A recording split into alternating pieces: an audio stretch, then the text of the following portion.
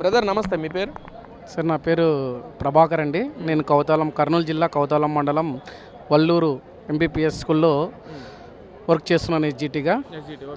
నేను hockey 2025లో notification ద్వారా job వచ్చిందా? 2025 డిఎస్సి నోటిఫికేషన్లో మెగా డిఎస్సిలో నాకు స్పోర్ట్స్ కోటాలో హాకీ నేను ఆడడం వల్ల నేను చిన్నప్పటి నుంచి హాకీ ఇక్కడ కర్నూలు జిల్లాలో ఎస్టీబీసీ గ్రౌండ్లో ప్రాక్టీస్ చేసి ఇక్కడే జాతీయ స్థాయి రాష్ట్ర స్థాయి పోటీల్లో పాల్గొనడం జరిగింది.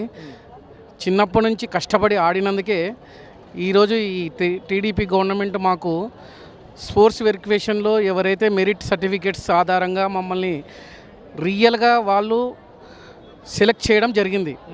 ఎవరైతే సర్టిఫికేట్స్ ఫేక్ సర్టిఫికేట్స్ ఉన్నాయో వాళ్ళందరినీ అక్కడే వెరిఫికేషన్లో తీసేయడం కూడా జరిగింది.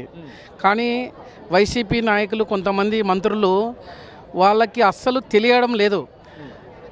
ఏంటి వాళ్ళు ప్యాకాట ఆడితే జాబ్ వస్తుంది అనే ఉద్దేశంతో వాళ్ళు నోటికొచ్చినట్టు మాట్లాడుతున్నారు. కానీ వాళ్ళకి అర్థం ఉందో లేదో తెలియదు. కానీ గ్రూప్ 2 ఉన్న గ్రూప్ బిలో ఉన్న ఏ గేమ్కి గవర్నమెంట్ జాబ్ ఇవ్వలేదు ఇప్పటి వరకు. కానీ వాళ్ళేమో బ్రిడ్జ్ గేమ్కి ఇచ్చారు పోస్టింగ్లు అంటారు. బ్రిడ్జ్ గేమ్కే కాదండి, బి కేటగిరీలో ఏ ఒక్కరికి కూడా జాబ్ ఇవ్వలేదు గవర్నమెంట్. ఇది వాళ్ళు గుర్తించుకోవాల్సిన విషయం. అంటే ఇక్కడ స్పోర్ట్స్ కోటాకు సంబంధించి ముఖ్యంగా ఒక్కొక్క పోస్ట్ను కొన్ని లక్షల చొప్పున అమ్మేసుకున్నారు లోకేష్ కానీ మిగతా నాయకులంతా కూడా మాట్లాడుతున్నారు. ఒక స్పోర్ట్స్ కోటాలో జాబ్ తెచ్చుకున్న వ్యక్తిగా ఎలా చూడొచ్చు అంటారు బ్రదర్? ఏం చెప్తారు దాని మీద?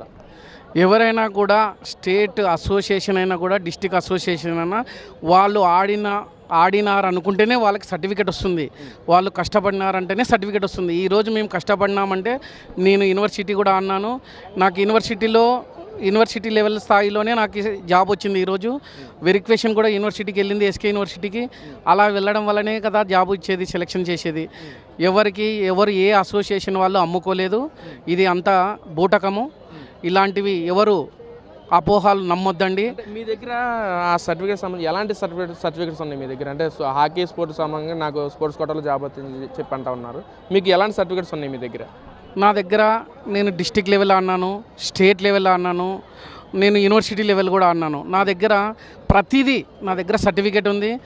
నా దగ్గర ఓన్లీ ఒక సర్టిఫికేటే కాదు, నేను చిన్నప్పటి నుంచి స్కూల్ గేమ్స్ కాడ నుంచి యూనివర్సిటీ లెవెల్ వరకు నా దగ్గర ఆడిన సర్టిఫికెట్స్ అన్నీ ఉన్నాయి. దాని ఆధారంగానే మనల్ని స్పోర్ట్స్ కోటాలో ఎంపిక చేయడం జరిగింది. ఈరోజు మాకు ఉద్యోగం మెరిట్ కోటాలో ఉద్యోగం ఇవ్వడం జరిగింది. మేము హ్యాపీగా లోకేష్ సార్కి థ్యాంక్స్ చెప్తున్నాము, చంద్రబాబు నాయుడు గారికి థ్యాంక్స్ చెప్తున్నాము, పవన్ కళ్యాణ్ గారికి కూడా థ్యాంక్స్ చెప్తున్నాము. మాకు జాబులు ఇచ్చి ఈరోజు సంవత్సరం అయినా కూడా వైసీపీ నాయకులు బురద జల్లుతూనే ఉన్నారు, ధర్నాలు చేస్తూనే ఉన్నారు. ఇలాంటి ధర్నాలు వాళ్ళ రాజకీయ లబ్ధి కోసమే జరుగుతున్నాయే తప్ప ఎటువంటి అబద్ధాలు, మోసాలు, హారిజెంటల్ రిజర్వేషన్ అనేటివి ఎక్కడ తప్పులు జరగలేదు. ఇక్కడ ఏదైతే 2025 నోటిఫికేషన్ సంబంధించి అప్పటి నుంచి కూడా మీరు జాబ్లో ఎంపిక అయ్యి జాబ్ చేసుకున్నంత వరకు కూడా మధ్యలో ఏ ప్రాసెస్ జరిగింది సార్? అంటే మీ దగ్గర నుంచి ఏమైనా రుసుముగా తీసుకుంటాం కానీ, లేదా ఫోన్ చేసి మీకు డబ్బులు ఇస్తేనే మేము మీ దగ్గరకు వచ్చి మీకు ఆ జాబ్ కల్పిస్తామని చెప్పడం కానీ అలాంటి సిచ్యువేషన్స్ కలిగిందంటారా మీకు?